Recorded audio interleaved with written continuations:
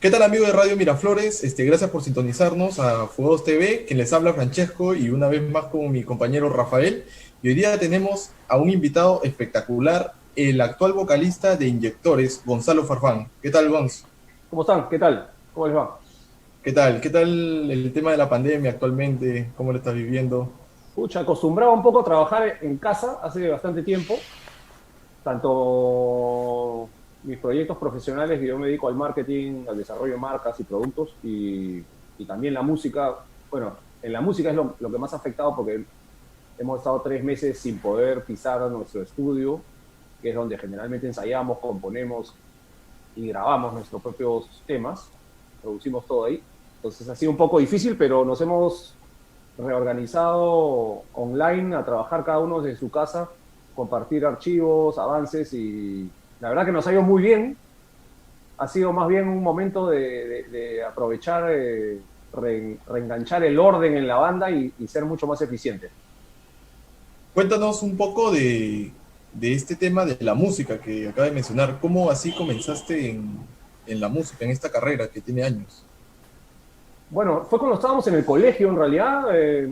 Tanto yo como mis compañeros de banda iniciales, o sea, Gabriel Bellido, que toca ahora bajo en Inyectores, y Guillermo Figueroa, que toca batería en G3. Gabriel también, por supuesto, está en G3. Los tres formamos la banda en 1984, cuando estábamos en quinto de media del colegio, ¿no? Teníamos 16, 17 años. Eh, por lo que no somos músicos de toda la vida, ¿no? Toda la vida nos ha gustado la música, pero recién, cuando estábamos en tercero y media, empezamos a coquetear con la idea de hacer una banda, y realmente en el 1984, durante el último año de colegio, empezamos a experimentar, a tocar. Fuimos totalmente autodidactas. Estuvimos motivados por otras bandas del colegio como Masacre y Óxido, que eran bandas de heavy metal y rock pesado que ya estaban funcionando en ese momento. Y como escuchábamos un montón de música en ese momento, yo venía a escuchar de Puber, un montón de música progresiva. Después empezamos a escuchar un montón de punk rock. Ahí nomás cuando había explotado el movimiento finales de los 70, digamos, en Europa, Estados Unidos, ¿no? Nosotros teníamos Claro. 10, 11 años, ¿no? 12. Entonces, ya estábamos bien cargados de motivaciones en cuanto a la música que queríamos hacer, y dijimos, vamos a hacer punk rock porque es una música que nos representa en este momento, por la energía que tenía y por las posibilidades de, de mensaje que tenía, ¿no? Yo creo que el punk contribuyó dentro del rock a convertirse como en un vehículo para expresar cosas importantes para los jóvenes en sus propias escenas o ciudades o países, ¿no? Eso es lo más rescatable para nosotros del punk rock, que es El, un el vehículo de nombre, comunicación sincera, ¿no? claro, el nombre G3 viene a partir de los tres integrantes que son los principales que se conocieron en el colegio, me estás contando, que era Sí, Gabriel, Guillermo y tú, claro, y Gonzalo. Gonzalo, sí. Pero comenzaron en Sí, el año 83. A partir del 84 creo que incluyen a un nuevo miembro, que es Silvio Rockdario. a ver, en el 83 empezamos a armar como idea lo que sería nuestra primera banda, que recién se formó efectivamente en el 84, que se llamó Autopsia. Ujú. En ese momento éramos los mismos tres G3 que formamos G3 inicialmente, posteriormente, perdón, en el 86. Pero en ese momento formamos nuestra primera banda, que fue como un experimento, no sabíamos ni tocar. Empezar con esa banda, aprendimos un poco a tocar, le pusimos Autopsia, y tenía todo un corte muy punk rock, muy divertido, así medio,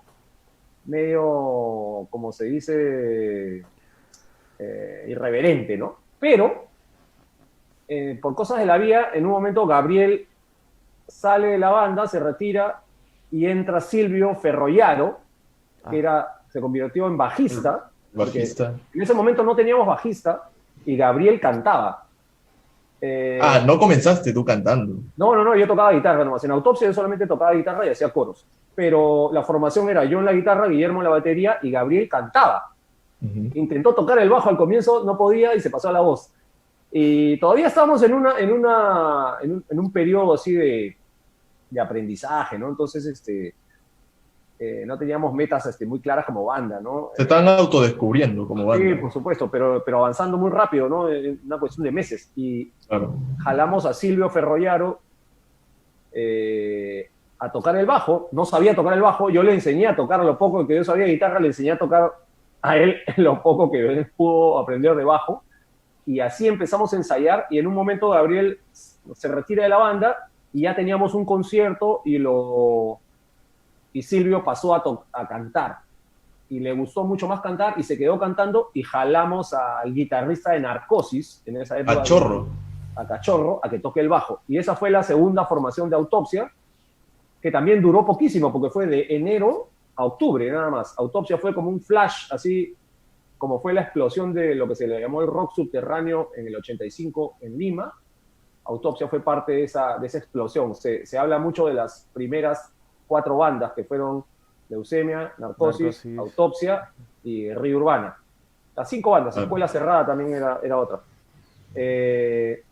Entonces fueron como las bandas fundacionales de la movida subterránea, o alternativa, o underground, como le quieran llamar, pero se le reconocía mediáticamente como el rock subterráneo, ¿no?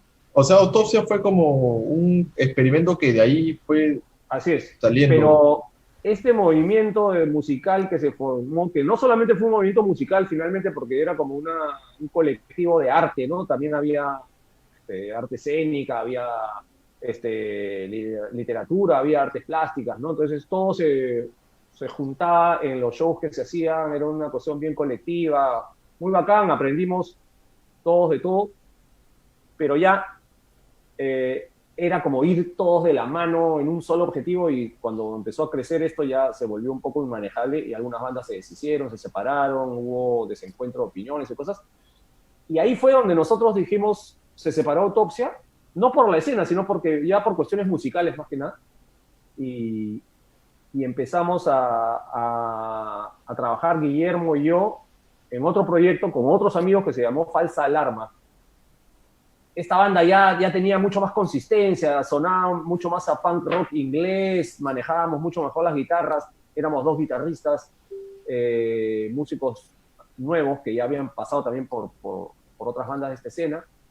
Una banda muy buena, pero que lamentablemente también, por falta de organización, duró solamente 3 meses y nunca tocamos en vivo, solamente pasamos componiendo unas cuantas canciones, grabamos unos demos y ahí se desactivó la cosa. O sea, que no debutó de la banda, ¿no? No, la banda no debutó, no salimos de la sala de ensayo, pero de verdad iba a ser una muy buena banda, sonaba muy bien, pero en ese interín, Gabriel se reconecta con Guillermo y le dice, hagamos otra banda. Y por cosas del destino, porque éramos amigos de toda la vida del colegio, ¿no? me vuelven a llamar a mí como guitarrista.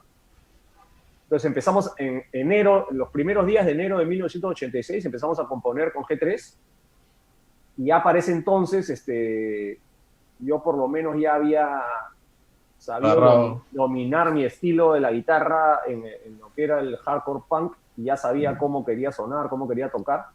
Guillermo también, y Gabriel ya había experimentado más con el bajo, entonces volvió a la posición del bajo. Es más, se había comprado un bajo, era el primero de los 3 que tenía un instrumento. Yo tocaba con guitarras prestadas, Guillermo tocaba la batería o sea, él se había mentalizado en que si vuelve con así todo. Entonces empezamos a ensayar en el cuarto de Gabriel, así artesanalmente, ¿no? En vez de batería, había baquetas sobre un par de guías telefónicas. Yo tocaba con una guitarra prestada y un amplificadorcito hecho en Paruro. Gabriel tenía un bajo que lo metía al equipo, al estéreo de esos estéreos antiguos de casa, ¿no? En tornamesa. Y así empezó G3, ¿no? Y como no había cantante, como yo era el compositor básicamente de esos temas, aunque los arreglábamos entre los 3, digamos, yo traía la idea del riff, la melodía, yo empezaba a guiar los ensayos con la voz, ¿no? Y cuando nos tocó debutar, hasta ese momento no habíamos conseguido un cantante, entonces ya fui yo a cantar y desde ahí continuamos la búsqueda de un cantante, pero nunca encontramos a alguien que se acomodara a lo que queríamos y a partir de ahí me volví cantante yo también, ¿no? Pero mi idea inicialmente, cuando entré en la música, era ser un guitarrista compositor, ¿no? A mí me gusta más el tema de componer canciones. Y bueno, por supuesto, hoy en día, después de 35 años de tocar, ya para mí es imposible desligar la voz de la guitarra y de la composición, porque ya para mí es una sola cosa, ¿no? Claro, ya se es una costumbre, ¿no? Tantos años también llevando esto. Así es. Tengo proyectos paralelos, grupos de tributos donde toco, que son cosas de vacilón, ¿no? Y donde me gusta justamente no cantar, porque ahí experimento otras cosas como guitarrista. Pero Qué tal las presentaciones por la década ahí de los, bueno, terminando ya los 80, 87, 88? Porque tengo entendido de que habían algunos movimientos, ¿no? En la escena del rock underground, se podría decir, o subterráneo, que habían pues algunos actos de violencia y esto, ¿no? Contra la banda. Y también eran mencionados como los P2Punks. sí. No, mira, el 85, como te decía, empezó todo como una explosión artística, o no solo artística, sino de expresión social, fue. Acuérdate, bueno, ustedes seguramente eran muy chibolos o no habían nacido, pero nosotros teníamos 17 años, ¿no? 18, estábamos entrando a la juventud, y el Perú en el 84 está en un momento totalmente convulsionado por el terrorismo, crisis económica y todo. Entonces, era un momento especial como para tratar de crear cambios o que los jóvenes se expresen, ¿no? Entonces la expresión popular venía por diferentes medios, ¿no? Habían mítines, habían marchas, ¿eh? Nosotros como músicos lo hacíamos a través de la música. Eso fue el 85, que fue un año, el 84 al 85, que fueron años como muy concentrados. Hubo mucha producción de conciertos artesanales, en casas, en colegios, habían conciertos como cancha. O sea, en sus locales llamaban a la banda a hacer Sí, guitarra. eran cosas muy artesanales, pero muy pajas, ¿no? Extraño, yo realmente esa capacidad de organización colectiva o autogestionaria, que ya no se da mucho ahora porque la música ha cambiado, estamos en otro momento, no es que sea mejor o peor, es otro momento, pero a veces uno extraña esa capacidad de, oye, el sábado damos un concierto en un patio de este nido o colegio y tocamos en un salón donde entran 100 personas. Ese tipo de cosas se Claro. hacían, ¿no? Era como Y algo más amical. sí, y alguien organizaba un concierto y se pasaban la voz entre las propias bandas. Y así hubo un año y medio o dos de grandes producciones. Pero en el 86, a finales del 85, un montón de esas bandas se empezaron a separar. Fueron como shots así de energía, pero que muchos músicos dejaron de tocar, bandas se separaban, se formaban otras, ¿no? Entonces, tuvo su lado bueno también, porque eso creó que esta escena que estaba toda compacta y íbamos, o sea, había un concierto y todos tocaban ese concierto, o los que podían, porque obviamente no todos podíamos tocar en el mismo concierto por la cantidad de bandas que había. En el 86 se empezó a abrir eso, y eso fue positivo, ¿no? Se empezó a abrir como en escenas distritales, ¿no? Se armó una escena en Santa Beatriz, otra en Barranco, otra en el Rímac, ¿no? Entonces, otra en el centro de Lima. Diferentes puntos ahí. Diferentes puntos o nodos que ya empezaron a crecer cada uno, y así fue como la escena nacional empezó a crecer un poco. Eso pasaba en Lima, por supuesto, en otras ciudades habían también esfuerzos en cada una, que después crecieron bastante algunas de ellas, ¿no? Bueno, en ese momento nace G3, cuando ya había esta, digamos, descentralización, entre comillas, dentro de la misma ciudad de los puntos donde tocar. Y entonces el hecho de... Hay una corriente dentro del punk rock que es do it yourself, ¿no? Hazlo tú mismo, la autogestión. Eso había calado, digamos, en todas las bandas, porque sabíamos que no éramos pues un rock comercial o rock que nos iban a pasar por la radio, y teníamos que crear nuestros propios espacios, Para que sean escuchados. claro, de difusión y de tocar en vivo, ¿no? Entonces, el músico no era solamente músico, ¿no? Éramos compositores, éramos músicos, éramos managers, éramos productores de nuestras propias cosas, creábamos nuestros propios medios, no había internet, por supuesto, creábamos nuestros propios fanzines o revistas fotocopiadas donde entre las mismas bandas nos entrevistábamos, eso se vendía en los conciertos. Entonces, era una época de mucha autogestión, ¿no? Y el 86, lo que hace G3 dentro de eso es marcar una diferencia de estilo, tanto musical como visual y como objetivos, ¿no? Nosotros dijimos, no volvemos, o sea, nos gusta todo esto, pero no volvemos a tocar en condiciones improvisadas, ¿no? Lo que haya lo vamos a tratar de hacer bien. Entonces, antes si van a hacer algo, lo van a hacer bien. Sí. Antes de debutar nos metimos en un garaje de un amigo que nos prestó, armamos una sala de ensayo ahí precaria y no salimos de ese garaje en 5 meses, creo, con las canciones del demo, el primer demo, y el primer show que fue el debut el 2 de mayo de 1986 en el Centro Cultural Magia de la Avenida Brasil en Magdalena. Para nosotros fue espectacular, pues, porque tocamos con Leucemia. ¿Narcosis también estaba en esa época? Sí, por supuesto, pero Narcosis tocó el 84 y el 85 y ahí se deshizo y dejaron de tocar, sacaron un demo por ahí en los años siguientes, pero la banda ya no tocaba, ¿no? Después tuvo, igual que G3, unas reuniones hace poco, pero en esa época se había separado y se había creado, Cachorro creó Los Feudales, que era una banda de post-punk. Gons, disculpa, una pregunta. Tú dices que G3 fue porque eran 3 integrantes, ¿no? Así es. Toda esta época que te estoy contando de los inicios de G3, éramos 3. Claro. Todos los 80s. Recién en los 90s nos convertimos en cuarteto. Un cuarteto, porque se integra en el 92, Quinteto, si no me equivoco. ¿Quinteto?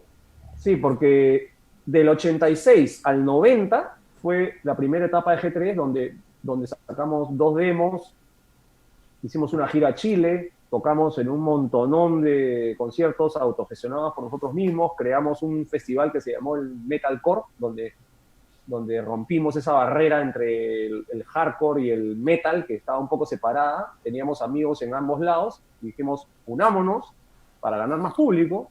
Creamos este festival que se llamaba Metalcore, festival entre comillas, porque era un concierto de 1000 personas, ¿no? Los hacíamos en el Colegio de los Reyes Rojos, en el patio. Y así fuimos ganando un poco de público y fue un momento en los 80 bastante productivo para nosotros, ¿no? En el 90 la banda entra en un receso en vivo de 2 años. No se separó la banda, pero simplemente entramos en un receso, porque justamente a finales de los 80, como decía Rafael, hubo también un momento medio tenso en la escena, donde se convirtió, empezaron a aparecer cosas como de territorialistas, ¿no? Donde habían diferencias de opinión y broncas y entre manchas, entre distritos, entonces tuvo que ponerle un stop ahorita. Sí, la escena pasó como por paños fríos, muchas bandas se volvieron a separar, algunas nuevas empezaron en los 90s. Pero como una epidemia, ¿no? Viene de por momentos eso de que se separan la banda. Sí. Hay gente que se cansa, pues, ¿no? Claro. Pierde la constancia. Entonces, nosotros cuando volvimos en el 92, volvimos como trío, y el 93 empezamos a tocar ya, seguido, como trío todavía, y ahí es donde integramos a finales del 93, inicios del 94, a Pipe Villarán, que venía completamente de fuera de la escena de rock nacional y del punk rock. Él venía, había estado viviendo en Estados Unidos, estudiando por allá, escuchando y tocando mucho blues, rock clásico, y habíamos entrado a la era grunge en todo el mundo, ¿no? Entonces, claro, los sonidos tipo Led Zeppelin o el rock clásico que todos habíamos escuchado antes, estaban más presentes con Pearl Jam, Soundgarden. Entonces, en ese momento yo ya venía componiendo canciones que se iban a convertir en el álbum Psicotropía, que ya tenían por default, porque yo nunca me he puesto parámetros para componer, sino hago así lo que me nace y me gusta en ese momento, y tenía un montón de elementos del grunge. Más que del grunge, del post-hardcore, lo que se llama el post-hardcore, que hay una corriente de bandas de punk, de hardcore, que en la era grunge se convierten en una nueva era del hardcore, que es el post-hardcore, que tiene otros elementos más de thrash, más de metal, ¿no?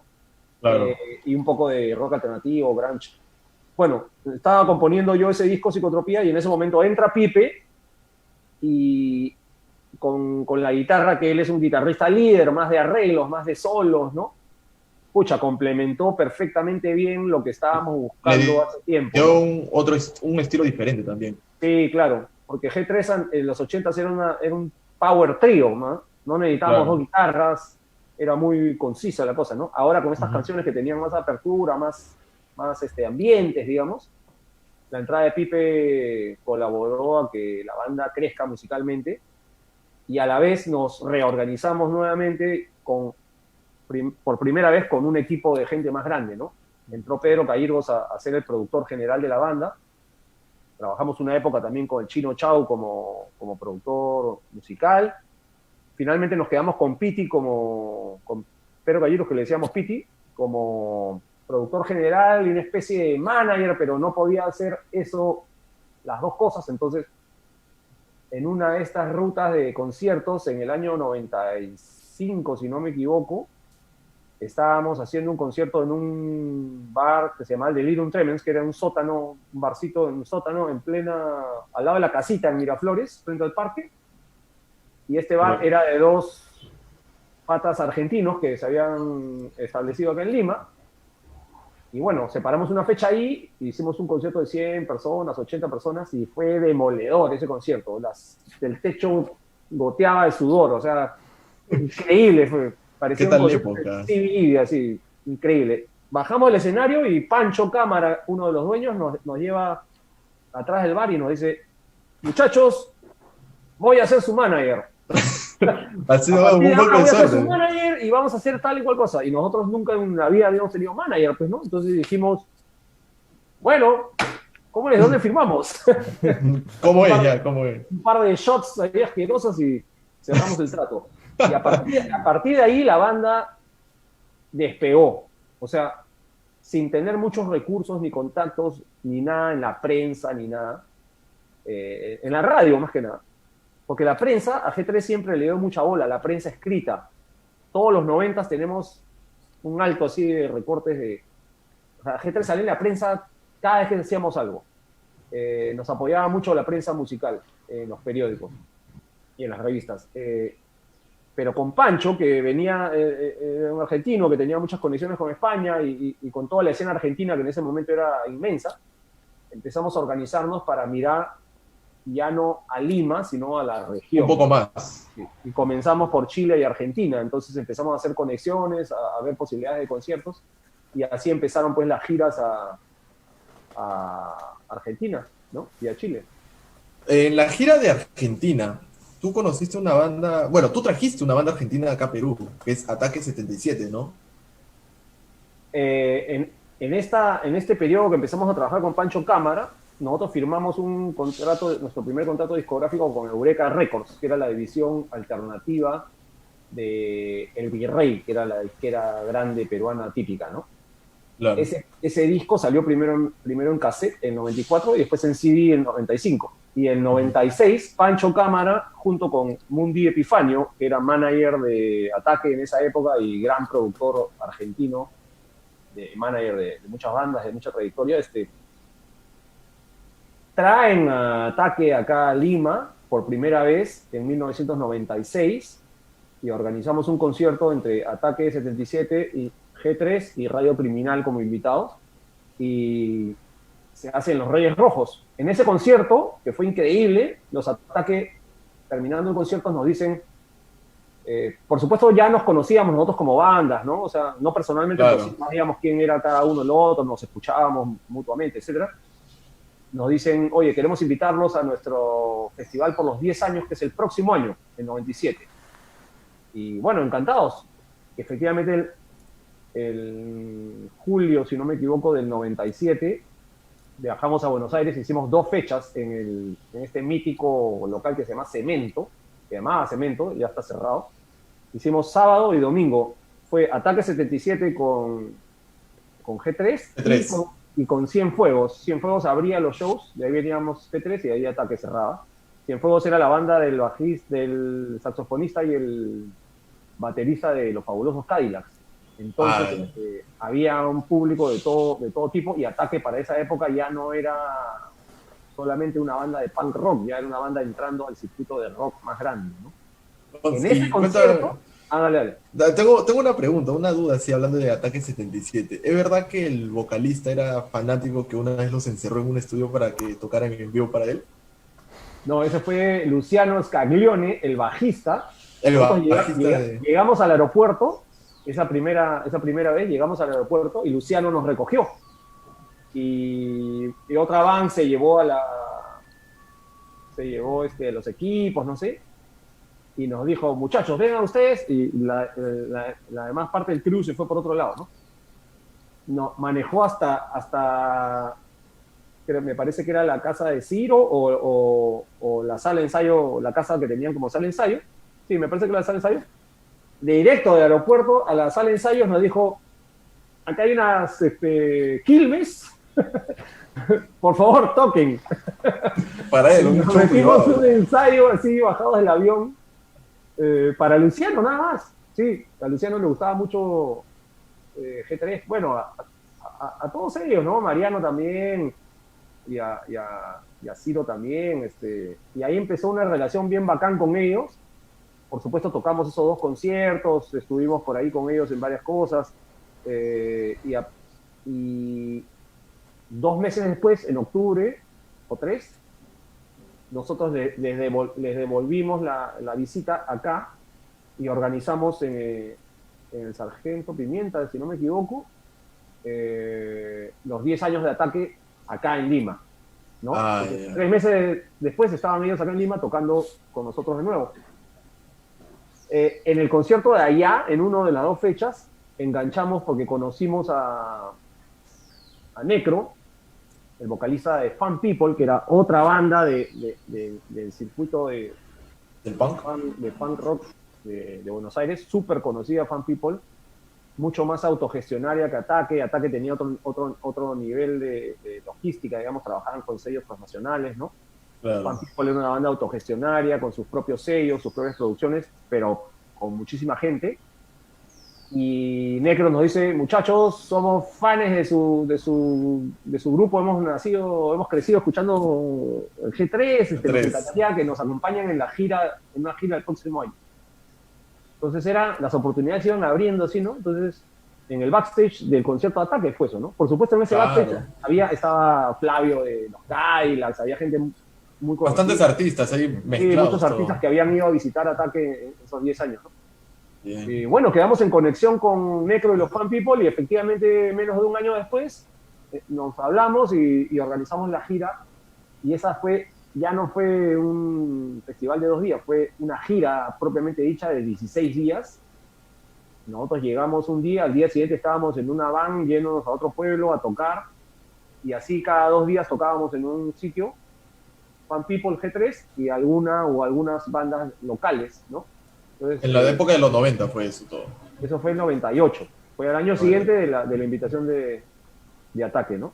Claro. Y para esa época en Perú la escena había crecido bastante también, y estábamos tocando ese año, el 98, aparte de ir a Argentina, tocamos en 3 festivales en el Estadio Miraflores acá, el Niño Malo, el Irrecuptibles y no me acuerdo otro, el FFF, que viene una banda de Francia. Entonces, desde ese año tuvimos muchísima actividad y empezamos a componer el último disco en casa durante el 99. Hicimos una gira a Trujillo, fatídica porque chocamos, que nos accidentamos, tuvimos que regresar 6 meses después. Yo me rompí la nariz. Hubo un accidente en el trayecto. Sí, terminamos en la clínica. Y volvimos después, ¿no? A finales del 99. Y compusimos el disco en casa, lo grabamos en 99. Yo me fui a Chile a mezclarlo y masterizarlo. Y lo lanzamos, eso fue ya el verano del 2000, y lo lanzamos el 2 de mayo del 2000. Del 2000, que fue un show de lanzamiento del disco en casa y separación de la banda, porque en ese mismo show anunciamos la separación, ¿no? O sea, entonces, de frío los... Sí. Así fue la historia de G3, un poco con varias fases, pero muy... Buenos recuerdos, buenos momentos. Sí, muy enriquecedora, ¿no? Como experiencia.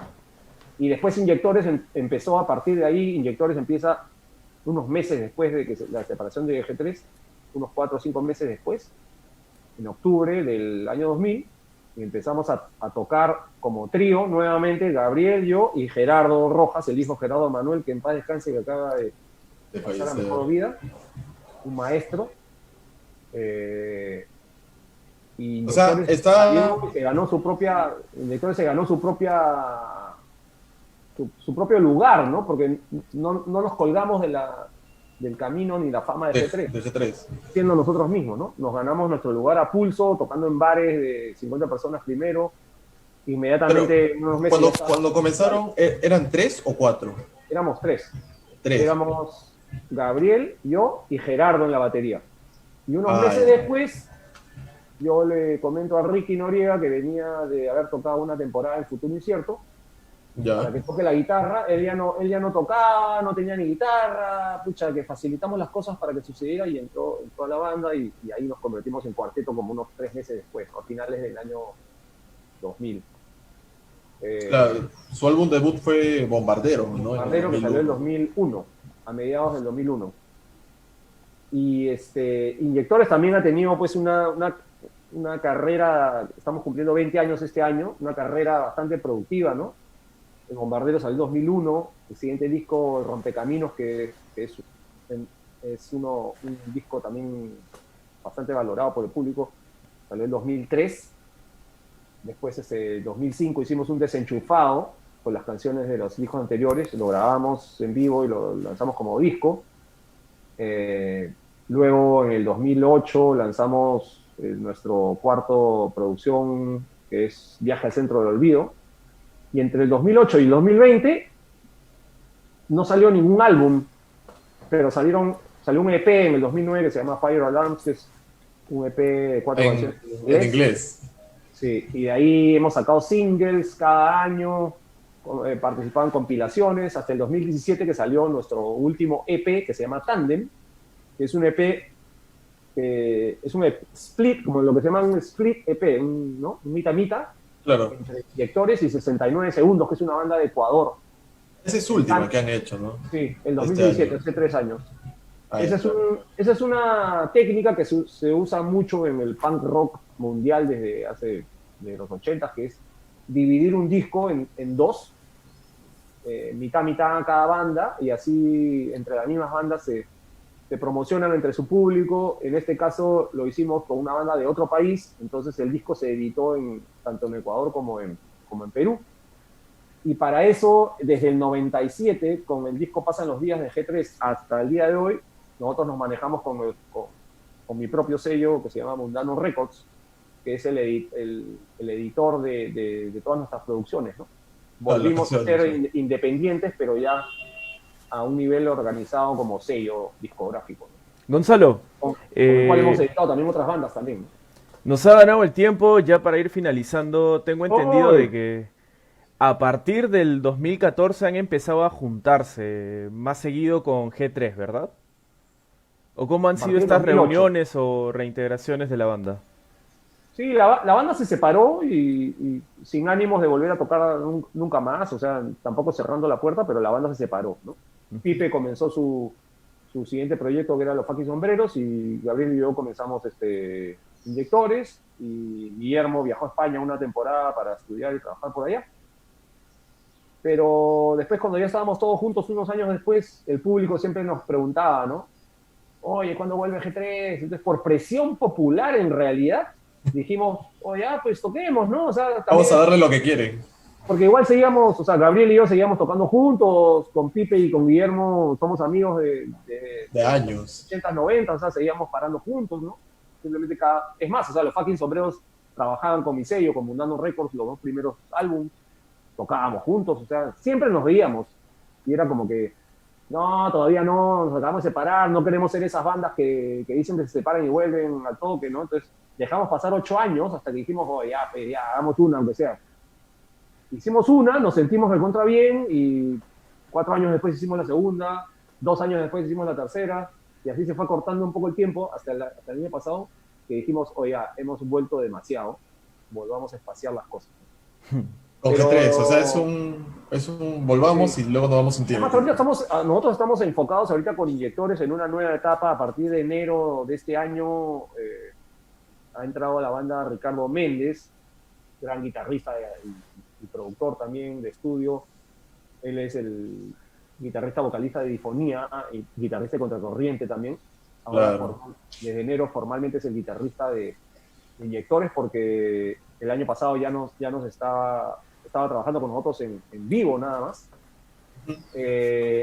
Entonces la banda ha adquirido ahorita una dimensión nueva, estamos componiendo ya con esta nueva formación, estamos grabando. Acabamos de terminar hoy día de mezclar en nuestro segundo single de este nuevo disco que estamos lanzando a final de año, entre octubre y noviembre. Inyectores debe lanzar su nuevo álbum, primer nuevo álbum en la última década, ¿ya? Aparte de los singles y los EPs que hemos lanzado. Con nuevo guitarrista ahí. Con nuevo guitarrista. Pero el año pasado lanzamos un single de adelanto que se llama Luz y Fuego, y ahora vamos a lanzar el 31 de julio un segundo single que se llama Venas, que es como un single de adelanto del álbum. Mientras tanto vamos a seguir componiendo hasta septiembre más o menos y grabando, y esperamos que el disco, todavía no tenemos una fecha exacta, pero entre octubre y noviembre debería salir el álbum completo, en físico y en digital, y después embarcarnos a hacer algunos videoclips, etc. O sea, la están lanzando Tanto de no se puede poquitos. tocar, o sea, estamos abocados a componer, grabar, hacer cosas digitales como esta y mantenernos unidos a los seguidores, que tenemos una gran comunidad que se ha formado hace 2 años. A la comuna. Este verano Inyectores acabamos de cumplir ahí. 2 años como, claro, la nueva familia ahí que apoya y sigue a la banda en todas nuestras producciones y conciertos, que se llama la Comunidad Bombarderos. Están súper organizados, siempre están ahí, entre ellos están súper comunicados, y en esta etapa estamos haciendo cosas con ellos también. Yo creo que en unos meses las cosas van a empezar a volver a la normalidad seguramente. Mientras tanto, definitivamente hay que estar cuidándose. Pero Eso no está estamos claro. dejando pasar el tiempo, no estamos trabajando en lo más importante para nosotros, que es componer y grabar el disco nuevo. A partir de que tengamos el disco, ojalá que ya se puedan hacer, entramos en una segunda fase para nosotros como banda, que es empezar a tocar. Primero en streaming, para eso estamos viendo opciones ahorita, y la siguiente ya sería volver a los escenarios, seguramente con capacidad controlada, cuando... Con algunos reglamentos. Así es. Lo nuevo que se está viviendo, ¿no? Sí, Hay que ser esperemos- pacientes y sacarle el jugo al momento, ¿no? Para no perder la viada. Claro, De contamos hecho, con varias plataformas, con redes Así es. sociales para que puedan transmitir en vivo y pues La música, darle al como muchas de público las lo que categorías económicas en todo el mundo, con esta coyuntura ha entrado a lo que se llama la transformación digital, ¿no? Así Que es. ya venía sucediendo bastante fuerte en otros lados del mundo, pero ya Perú ha entrado, ya ha metido la pata con todo, ¿no? La gastronomía, los restaurantes, la música, por supuesto. Pero no creativo, pues, creativo siempre. Sí. Se la arregla. Y ojalá esperar que volvernos a ver todos en escena, en las tocadas, que Sí. se extraña bastante también, ¿no? Sí. Y estos esfuerzos como el que están haciendo ustedes de crear documentación de lo que están haciendo las bandas, los artistas, creando nuevos medios y nuevas formas de compartir contenido interesante, y no esperar estar siempre en las plataformas tradicionales, donde a veces hay poco espacio, ¿no? Claro, Y eso es algo que gracias. aprendimos nosotros del comienzo, hay que crear tus propios espacios. Y ahorita el mundo digital, bueno, es obvio que ya estamos todos metidos ahí, ¿no? O sea, todo el día tenemos actividad por diferentes tipos de pantallas, el celular, la tablet, Sí, es el nuevo día a día, el nuevo día a día. Pues, más bien hay que cuidarse de no quedarnos muy adentro de eso y Siempre innovar, saber que hay algo, hay que algo innovar afuera. siempre.